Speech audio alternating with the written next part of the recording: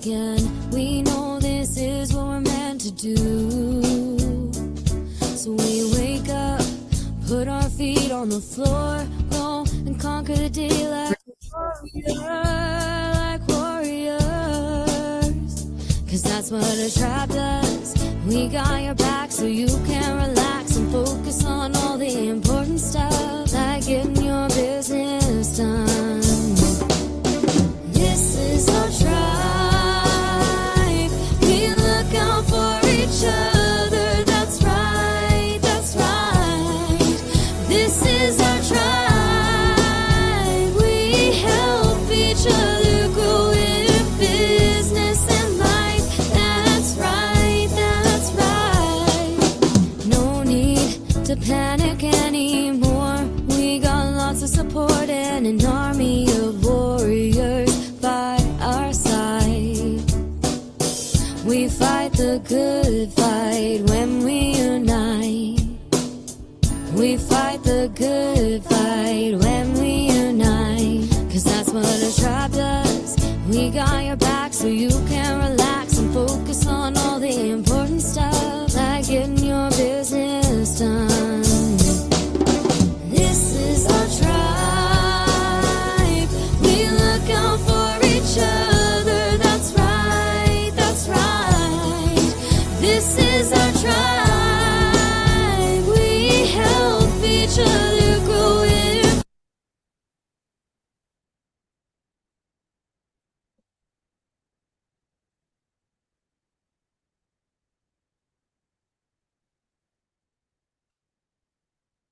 Hey everybody, welcome to the Coffee Chat Show. James, you there? I was like, Mr. Brown. Sorry, I don't know quite why I'm pressing escape in order to minimize so I can get, some the old information up, and then it just logged me out, and then it logged me out again, and I don't know why. So, yay, Zoom is great. But no, I am here. Hello. And have you done the intro? Have you welcomed everybody? I started to, and then, yeah, go for it. Hello, everyone, and welcome to the Coffee Shop Conversation Show, your weekly delve into the depths of entrepreneurship and how one can succeed and make things better for you and your customers and everyone associated with your business. And as always, I am James of James Brown Voice, your voiceover with soul. You know you have incredible products, you know you give amazing service, and I'm here to make sure that everyone else does too. And I'm joined by my co-host, Sondra Ray. Hi, Sondra, how are you? Just ask that. I hope you're good. I'm okay. Trying to push all the buttons and get all the screens. Yeah. So, the YouTube screen, the Zoom screen, the streaming screen. Okay. Screen, whatever. Same difference. Scream. Hi, I'm Sondra. I am the owner of Get It Done Coaching. I am your Goal Accountability Coach, and I am located in the USA. And it is a scorcher. Over half of the United States is in a heat wave warning. So we'll have a heat index over 100 degrees today in Michigan, which that's usually not until July, if ever. It's very rare to be in June. So yeah, we are in an extreme heat thing. That's why I was like, shut all the screens, don't need any extra power on the computer. So amen for air conditioning. And I know that's not a thing, Mr. Peter, but it is over here. But yeah, I actually like this topic today. It's customer retention and loyalty building. Once you get the customers, how do you keep them?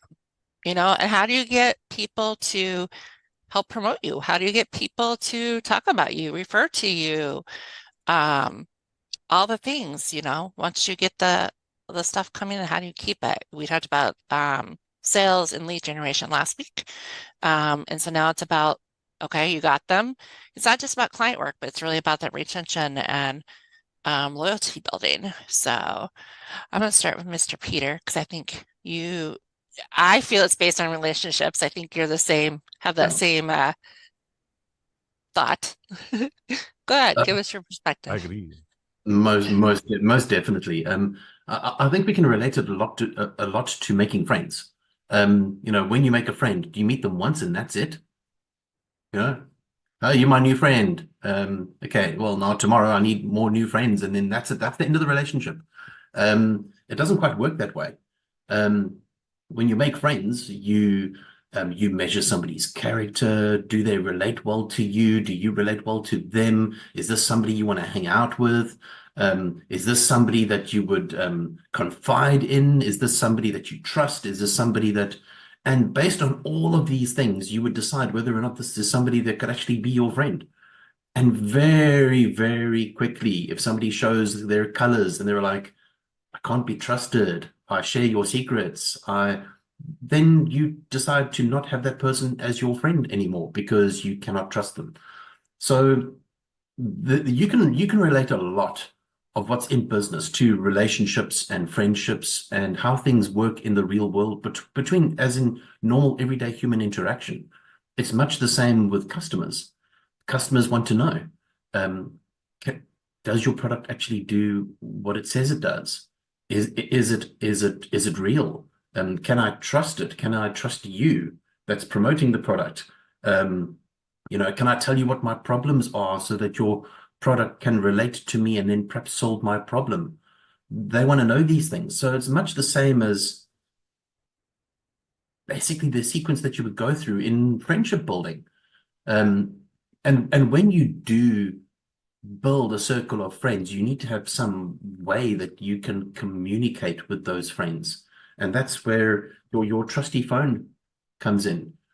I'm pretty sure that everybody on the face of the planet, if they have a phone, they have a list of their contacts and their friends, so that when they want to contact their friends and do something or say something or speak to a particular friend, they're in contact.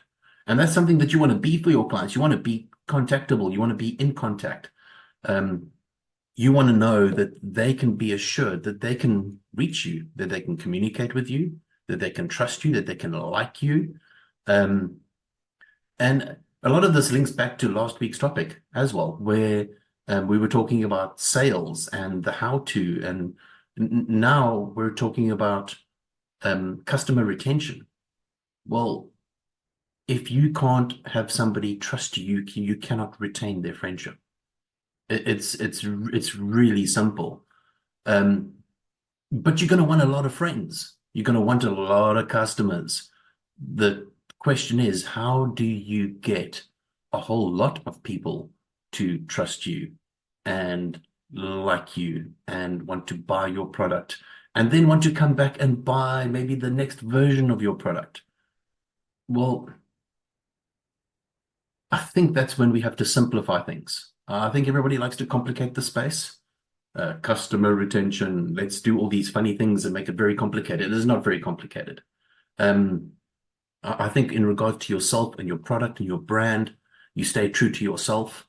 Don't chop and change according to what everybody else thinks that you should be. You be yourself. You represent yourself well. In regards to your brand, if something comes, say you sell products and you come across a product that you want to sell, but the product isn't what it should be, don't sell it. Don't sell it, because customers will buy it and go, oh, it isn't what it should be. And you've just lost that retention. You want to know that if you're talking about something, whether it's yourself or a service, you want to know that whatever I say is factually correct. This actually does what I say it does. And then when people experience my product, they experience exactly the same thing that I originally said, which builds trust. People will come back. So if I say to customers, come and experience my networking space, in this space, you will be able to build relationships and meet people and have conversations with people and have conversations with people that have different skills to what you have and get you connected. And you arrive in my space and my space doesn't do that, then you're not coming back, are you? So make sure you stick to the facts about what it is that you're selling, especially if what it is that you're selling is yourself. You are your product or you are a service. Stick to the facts. Now, I think you can relate everything back to relationship building. It's just that we're doing it on a bigger scale. And sometimes we need tools to facilitate that, because we need to stay in contact with people. And I think, Sondra, you know a lot about like CRMs and the back end and why they exist. I'm terrible when it comes to I'm great with people and I'm great with relationship building when it comes to all those tools in the background, and they do exist and they can help. It might be a wise idea to figure out what those tools are and why we're using them. That would be my 2 cents just for now, but I think that gives us a lot to talk about. Sorry, I'm going to jump in because there's a sort of lessons that have happened in my circles recently, which is in VO or in voiceover. Sorry, don't use the acronyms because not everyone will know what I'm talking about there. You must be upfront with what you can do in terms of, like, you know, if you say that you can do, if you say you can speak a language, you need to be able to speak that language to a native level. Like, you can't end up in a casting situation, which happened recently to somebody I know, a director, who had cast for a particular Irish accent, and the guy arrived in the session for this role, quite a big role, and basically sounded sort of like kind of a leprechaun cartoon that you might have found on and not a good leprechaun cartoon either. So, and this was a disaster, and it's like, and basically because he couldn't do this serious role in this act because he sounded like he was taking the mick, and it messed everything up. And also it was a serious dent on his reputation because, you know, now that director will not hire him again because can't trust him. And it's saying I can do an Irish accent or I can do an accent. You have to be able to do it to a standard that is, you know, that is native level and that you can maintain. You can't just be able to do like 2 or 3 words. You have to be able to, you know, go through half an hour, 45 minutes continuously in character without dropping it, because otherwise, again, you run the risk of misrepresenting what you can do and wasting people's time and money. And that doesn't, especially in the acting industry, that comes back to bite you in the behind. So, yeah, you can just make sure that you can do what it says on the tin when you're putting yourself out there. Otherwise, you suffer the consequences. I think that's so true. And especially when you are the product, you are the service, like, do it to the best of your abilities. The caveat is you're never going to please everybody. There's always going to be somebody that doesn't like you or doesn't like your product. I've learned it's June, 6 months about product-based clients and customers, and the higher her sales goes, she's getting complaints now. And it's like, okay, nothing changed in the last 6 months. Everything was great. And then all of a sudden, but everybody we've talked to, including the factory and everybody's like, the higher volume, the more people you're going to get that just don't like it. And nothing changed, nothing, you know, all the reviews are there that are great. You're just never going to be everybody's cup of tea. Your product's not going to be exactly what somebody thought it was, that their image in their head might not be what it truly is. And, you know, it is our due diligence to do our best work and, you know, represent ourselves publicly in the right way. But yeah, maybe he does know Irish, but he definitely doesn't know it to be able to do it for a movie, you know. So it's definitely important to not oversell yourself too. You know, if you can't do it, don't put that out there, you know. Make sure, I always say, you know, I lost the saying, something about over deliver, underestimate, or something. I think it's the topic. The same, but I do want to under promise and over deliver. Exactly. Thank you, James. I was just like, maybe it's because I've been struggling to do that. Maybe that's my problem. No. Don't over promise and under deliver. That would be bad. That would be bad. That would be bad, especially in service-based. Service-based, that is so true. I definitely want to shout out to all the amazingness on the YouTube Live. We have Manco's students and other people. I won't assume everybody's from Manco's, but the Ignite program. But I do know a lot of people there. So the question was, how do I get people to like my product that don't like it? I don't think you can. Like, I mean, you got to be true to yourself. As long as you're not false advertising, like I said, as long as you're not saying you are something or it is something, like I said, you're not going to please everybody. I've only had 2 in my 5 years that totally were like, you're not my cup of tea. And I'm like, okay. move along so I can put somebody in my program that is my cup of tea. I always tell people I'm not a coach for everybody. Like there's factors to that, and I've learned the lessons, and okay, this is not the right fit for me, or all these people. I just told somebody a project that I thought I could handle was not something I could handle, and I'm going to help her look for somebody else, because I was like, this was way out of my scope, and I should have thought this through more, live and learn. And so now I will help her find a different person to do it, because that is part of my job and part of my position. But I just had to be like, okay, this is not my cup of tea, and I'm going to have to step aside and let somebody else do that. So yeah, definitely you can't make people like you. I mean, it just is what it is. There's always going to be negative people out there. So it's really a matter of staying true to yourself, but advertising yourself correctly so you don't get yourself in trouble legally, so on and so forth. Contracts, products. Even in products, make sure you have descriptions, websites, CRMs all have policies and procedures and all those things that have to be on there. You can't just throw people on lists and so on and so forth, especially in the US. They're really cracking down on that. We had to go and recertify a whole bunch of stuff at the beginning of the year. They changed the laws. So knowing the laws is important too. Come on in, Peter. I think whether intentionally or unintentionally, you actually highlighted something that is really, really important. If I'm a coach and somebody comes along and I'm just not the coach for them, it just doesn't gel, it doesn't work, I'm not meant to be their coach, then if I do know other coaches that might be a good fit for that particular client, then the wise thing to do would be to direct that client to that particular coach. At the end of the day, if they go and they meet that other coach and that coach and them, they gel and it works for them, then that's great. But what you've managed to do is you've managed to maintain the level of trust that even though you might not be the coach for that client, you have their trust. And when they are looking for something in the future, they're going to come right back to you, because you didn't just go, well, if I'm not for you, then that's it, relationship over.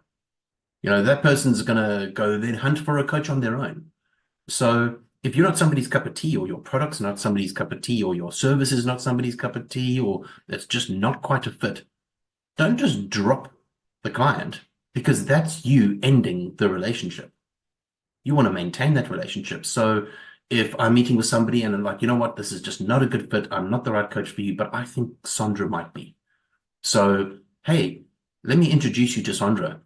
I think that the two of you this might be the right fit. Figure it out for yourself, go and figure it out. You'll probably find that the client will come back and go, you know what? Thank you so much for that introduction. This has really helped me, and me and Sondra are getting on so well, and I've managed to achieve X, Y, and Z because she is the coach for me. You've saved the relationship. And I think it's very important to not just drop people so easily. I know a lot of people are very quick to, when somebody comes along and they go, oh, I don't like your service, to either just get offended and go, well, how can you not like my service? I'm the ultimate coach. How can you not like me? I am the best coach for you. And if you don't have me, you'll get nowhere. Boom, relationship over. Done and dusted. Those relationships are important because it's called customer retention. You want to retain that client because something you may build in the future may be of interest to that particular customer in the future. And based on your behavior and how you interact will decide whether or not you actually retain that customer or not.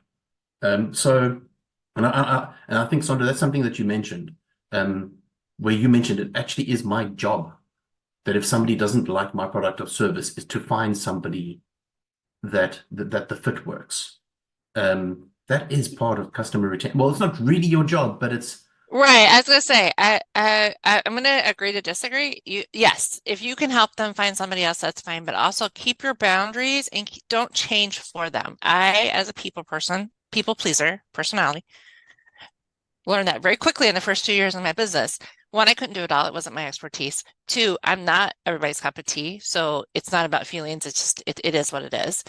And three, I can have boundaries and say, no, I'm not going to do that. Or no, I'm not going to keep helping you for free because you just keep going back and go, help me find somebody, help me find somebody, help me find somebody. I did help somebody find somebody in the tribe, and they've come back twice and said, I loved working with that person, da, da, da.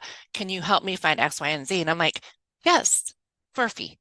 And it really isn't about me being high and mighty about it. It's just about my time is valuable. So if I'm going to hunt for people for you on an ongoing basis, like there's going to be a fee to it. Yes, I've helped you and I've connected you and you adore her. Like literally leaves me voice messages about Somerville all the time, a couple different times. And I'm like, I'll help you. I'll still help you. I have just got to the point where in my business, I can't just go around giving my time all the time for free. So I think there's a balance in that, and knowing your boundaries and knowing yourself, and not getting pushed into something you don't want to do, and two, going, okay, yes, I give you X amount for this value or price or free, but now I've grown, my towns have grown, my circles have grown. It is now this factor, and being okay with going, this is what I charge, this is what I'm worth. Yeah, that might have been the price a year ago or 6 months ago, but I've grown just like everybody grows and everybody hopefully evolves. So it's important. Go ahead, James. So it's important. Go ahead, James. I was just thinking about something, and again goes back to whether you are not necessarily the perfect fit for somebody. A lot of my outreach involves sending video messages to people and asking them to talk to me so I can find out like a bit more about what they do, them personally. I think in voiceover, perhaps more than anything else, because again, it's you're the product. It's quite important that the person that you like, the person you're dealing with, and then they like you. I think that helps because obviously the voice is very much well, it shows what you're thinking and what you're feeling, and of course it is acting as well in many circumstances. But if you're trying to be you and you're trying to be authentic, and people want, and that's something you can hear. Hopefully someone is hiring you because they like and believe in your personality as well. But if somebody says, right, well, I need a Scotsman, and it can't be just you doing the accent, so like your man who doesn't do it perfectly, it's got to be somebody who actually lives there, right? So that wouldn't be me. That would be somebody else. That would be one of the Scottish voiceovers that I know. And I have a list of pros who I've worked with and who I know personally that I know that I can recommend to that person for when they want a Scottish voiceover, or when they want an Irish voiceover, or a Welsh-speaking voiceover, or a Yorkshire voiceover, or actually even a South African voiceover from time to time, and lots of Americans. Because sometimes an accent will be all right, and other times it won't be. And there's no point me attempting to do that. I can pass that on to someone who I know will sound perfect. The client will be happy, and they'll then perhaps are more likely to think of me down the line. And we in the voiceover community try and do that quite a lot. I've got my second biggest client ever, which I managed to land a couple of weeks ago, came from my Welsh client, actually, a Welsh girl that I'd referred for a couple of gigs. She then referred me for a very small gig. Then the client said, "Oh, I really like that. Could you do 6 videos for me?" And that would never have happened without that system. So it can be extremely valuable. Yeah, and I think like you just said, that having people you worked with as resources. I'm echoing James on your end. I'm echoing James on your end. I can't hear that. It might be my monitors. Hang on a sec. Okay. Anyways, is that better? Yes, that's better. I have learned in the past that I don't recommend people just to recommend people, because I've gotten burnt, and then people have gotten burnt, and then that puts me as a bad referral. So, and not that everything's always going to go smoothly, yada, yada, yada, but at least if I've worked with them, that I can go back and say, hey man, like why didn't this work out? Or was it just not the right fit? Or like I could have that communication with that person. And, you know, maybe it was just a bad customer experience and I can't do anything about it. But I could go back and say, hey, that's not exactly how I thought that was going to go. And that's not exactly how the person referred to you thought it was going to go. How can we fix this? Is it fixable or is it a wash and we just have to walk away? You know, and then I've referred people just because they were in a community.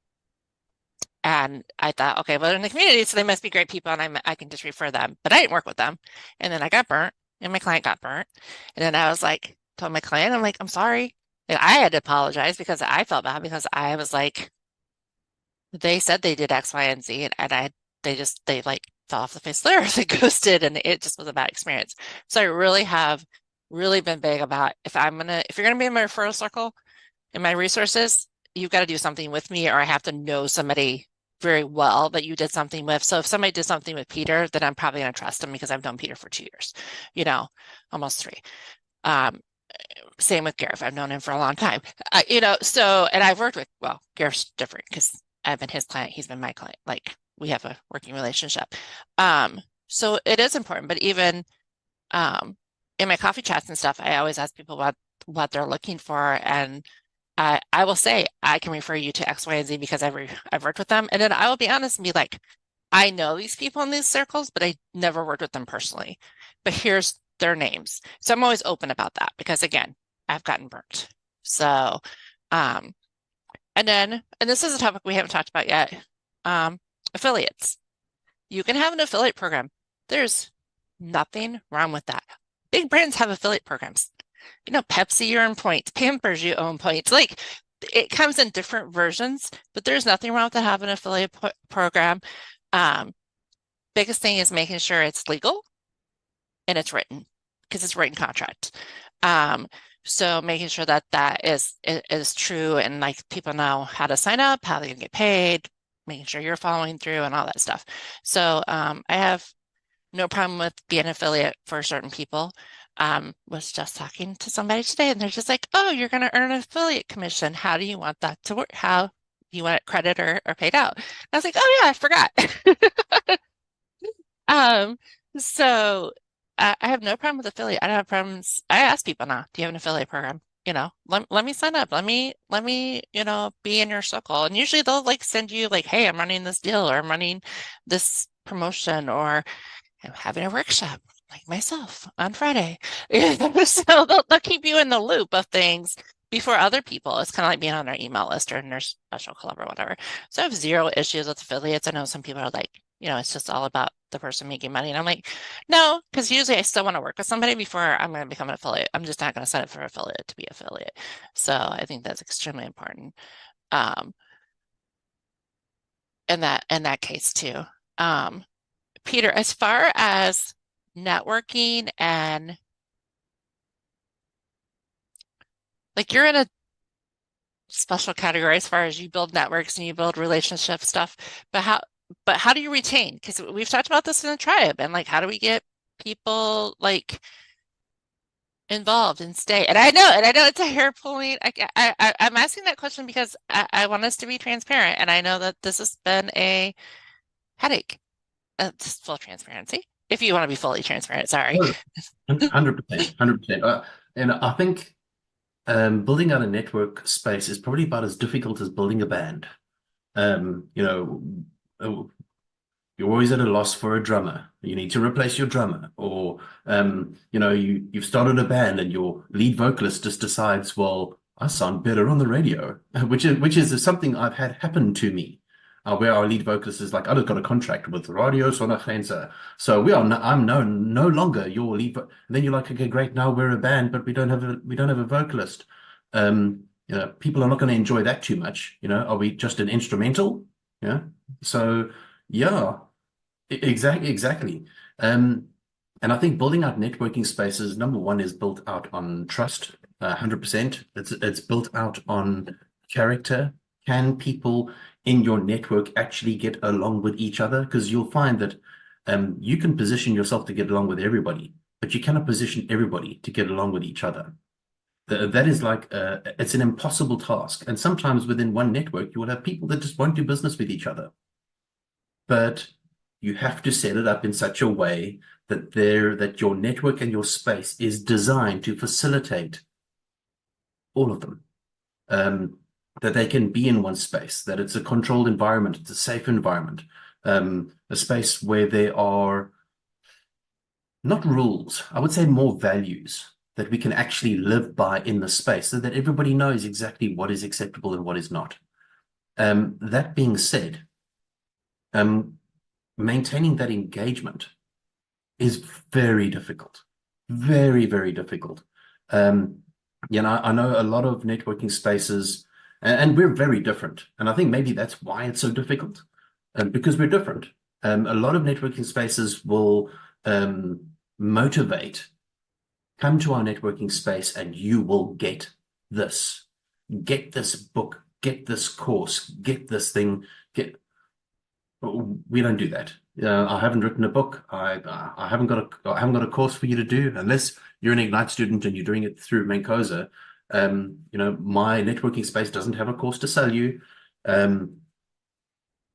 And I think people become very disillusioned with networking because so many promises are made. If you join our network, you will get this.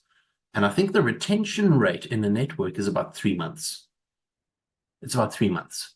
Networks generally have to create new marketing campaigns to replace the people they're losing, and then make bigger promises to attract more people, so that they can then turn those people over in 3 months, so that that person can be, well, I'm not getting what I need here, so I'm going to go find another space where I'm going to get what I'm looking for.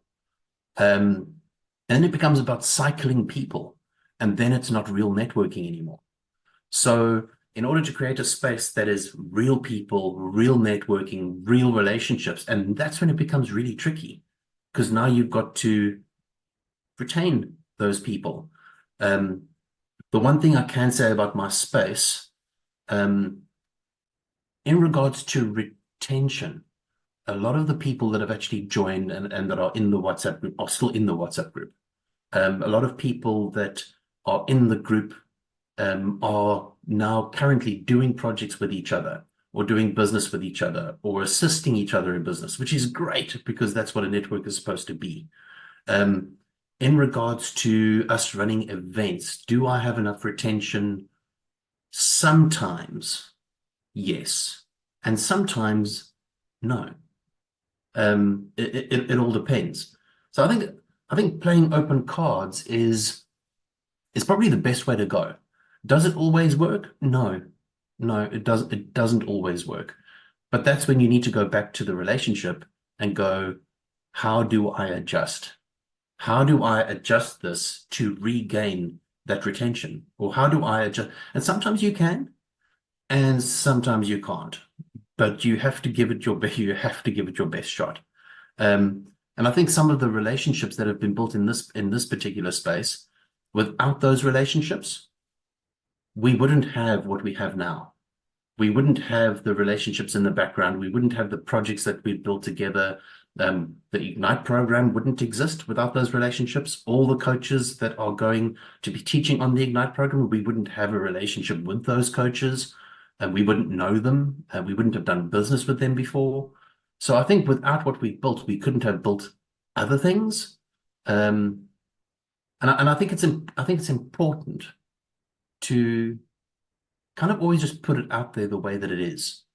Yeah, I don't know if everybody knows the saying, it is what it is. You know, we can walk around and portray ourselves as much more than what we are, but it's not honest. It's not honest, and people see through that very quickly. You know, I could walk around going, I am the most successful networking guru, and everybody needs to blindly follow me and what I say. And if they do, then they will get this. And then when they don't get that, I can very easily blame them for not following me correctly. You know, and I think that's not what I'm looking to create. I'm looking to create a networking space where it's real people, real relationships, and people can rely on each other, not just me. And I think that's important. So am I there yet? No, I'm not. Not by a long shot. But have we built something that nobody else has managed to build? I think so. I definitely think so. And I think the more you build something that is unique, the more you will find unique people that fit right in. And I think that's where we're at the moment, is finding those unique people. And then once we have those unique people, how do we keep those people? And I think we've been talking about that quite a bit. How do we keep them? Something else I wanted to mention as well is CRMs. What do you guys use?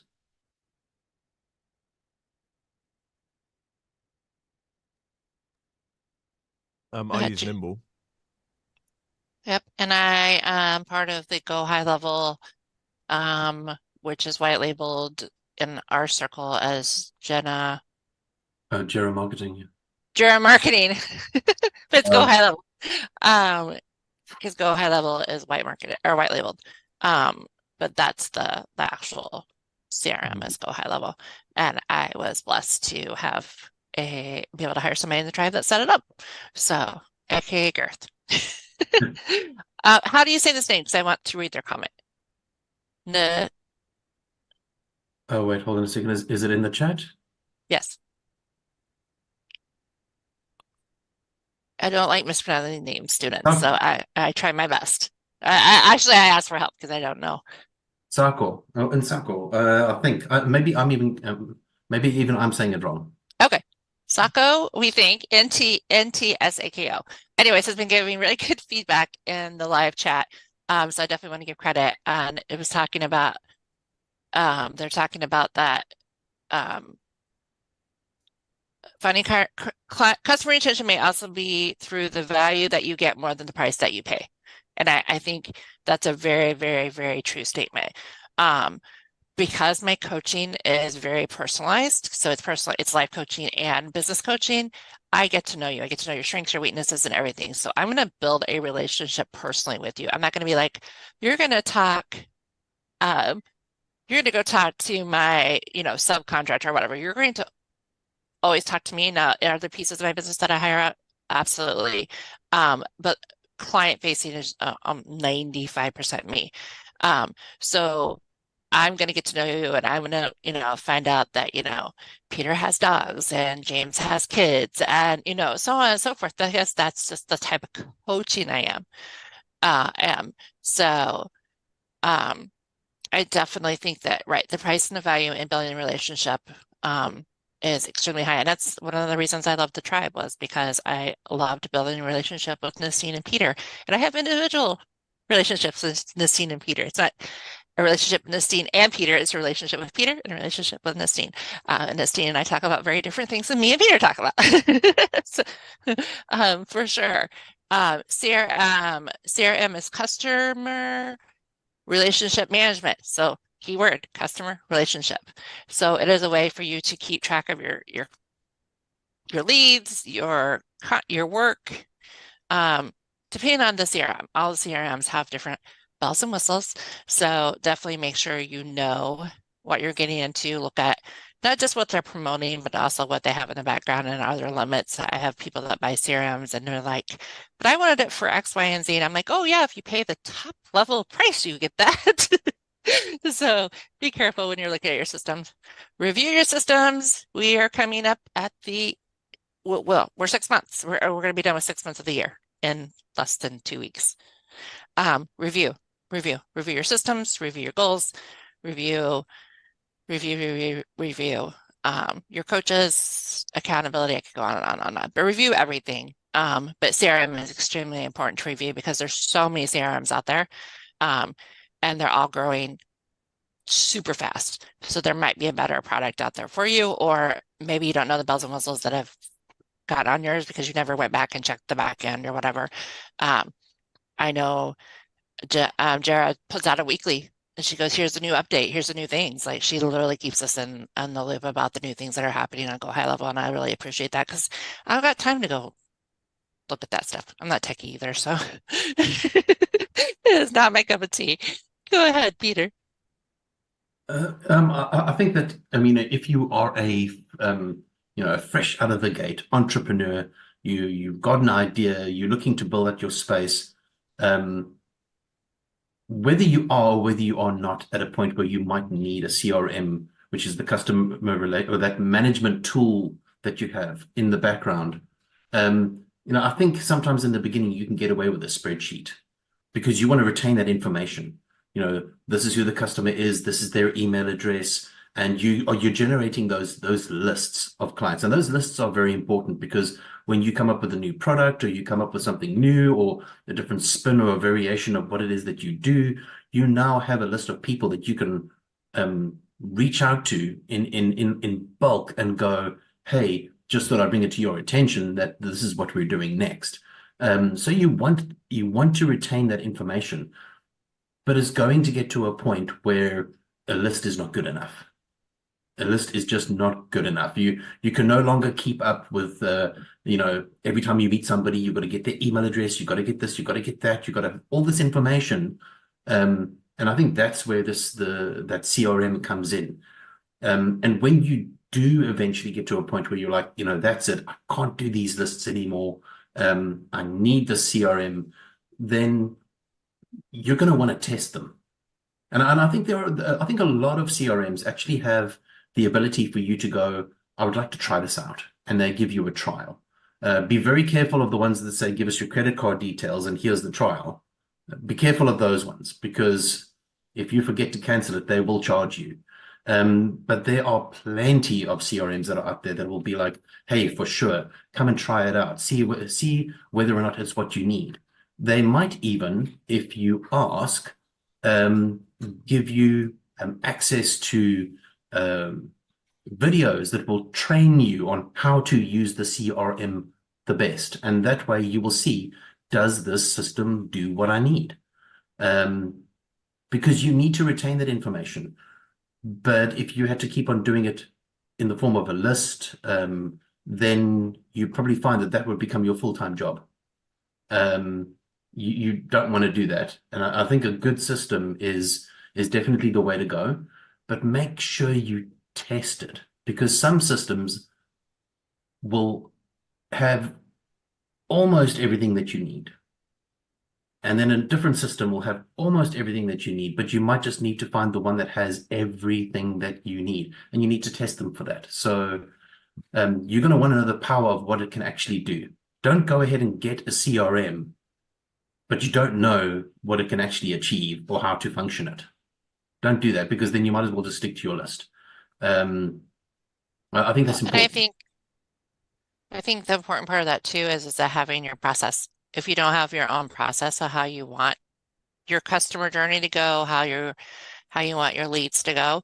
And I did it backwards. I'll be honest, 5 years ago, I was like, okay, I don't know what an SOP is. And now I help people build them. So it's kind of comical in hindsight.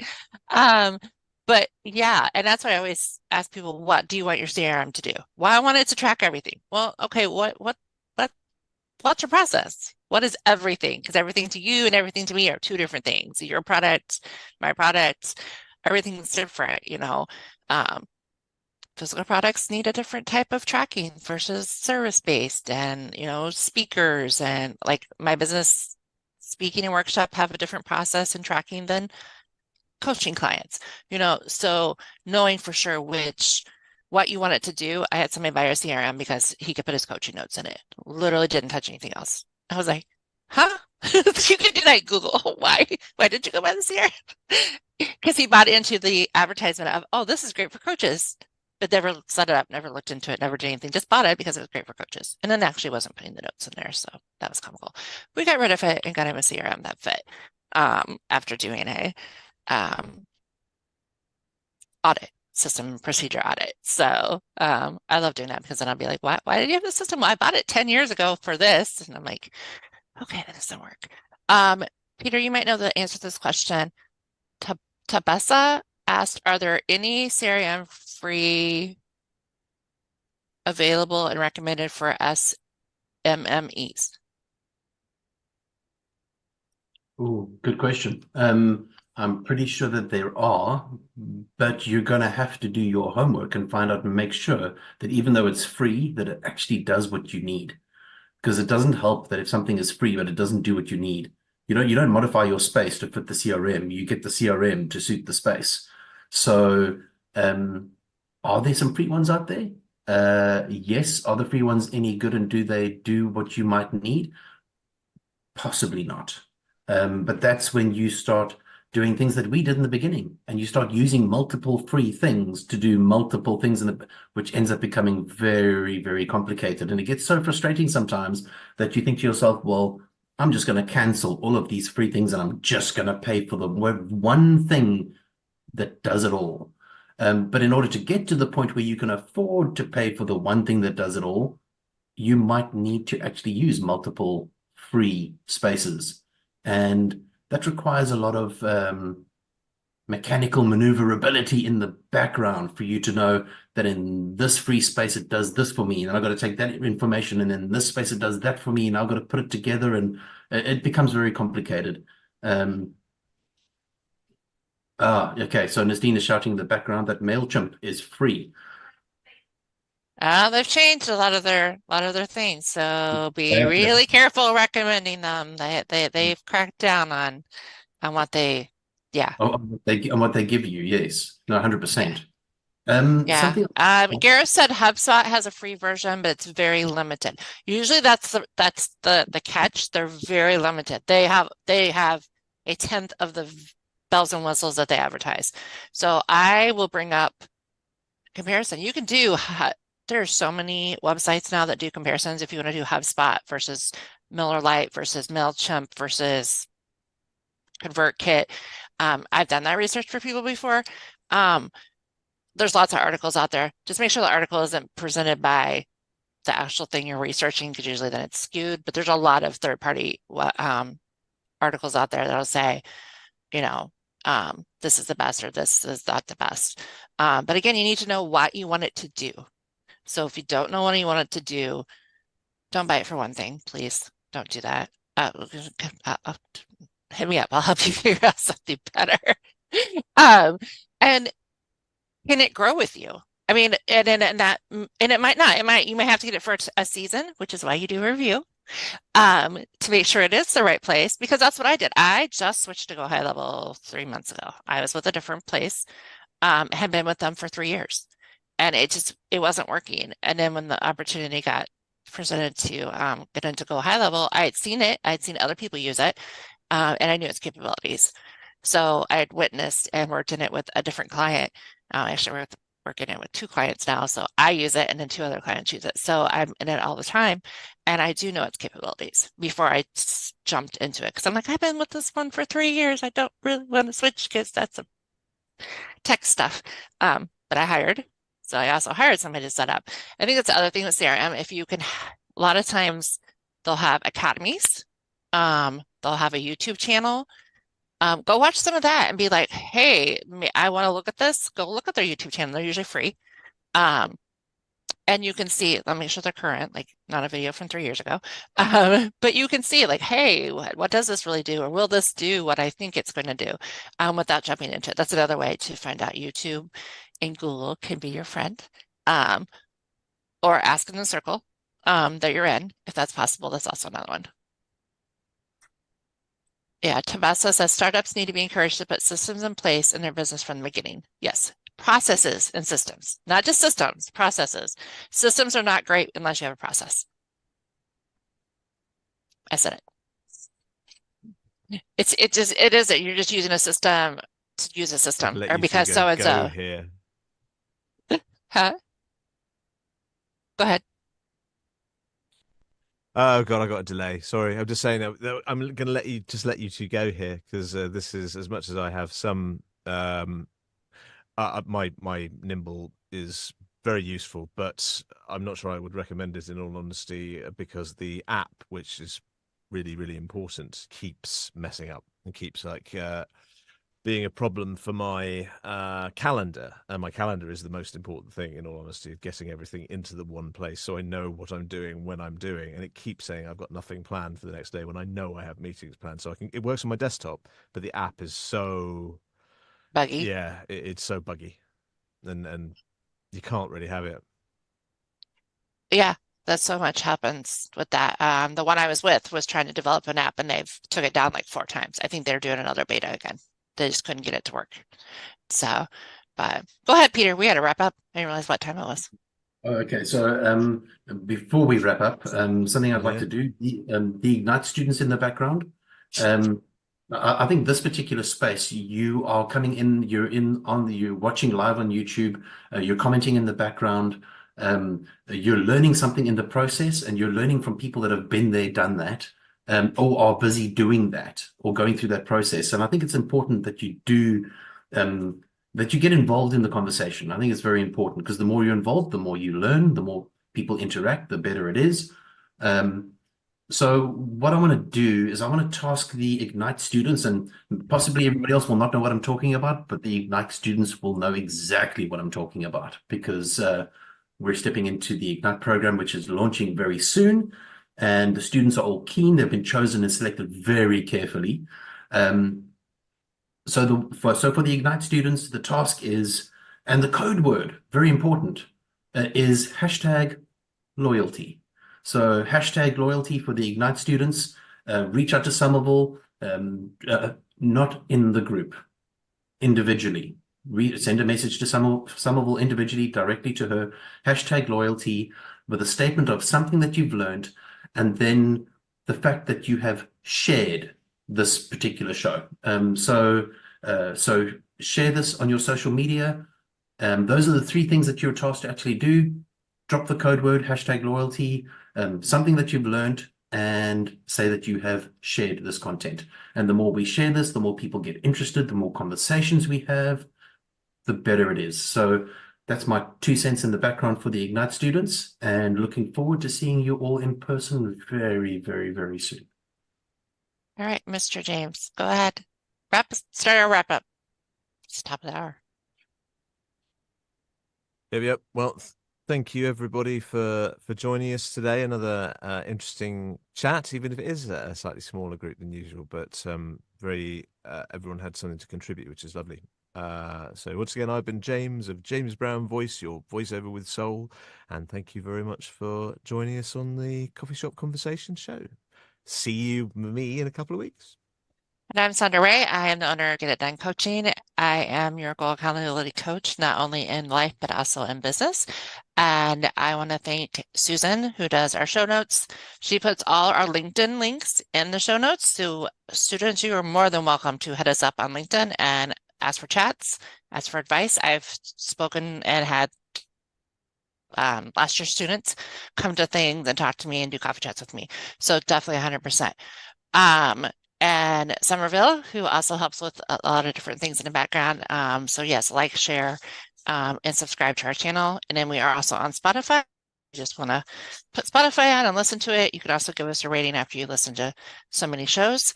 Yeah. And then Peter, you're going to do the sign off. You didn't know that.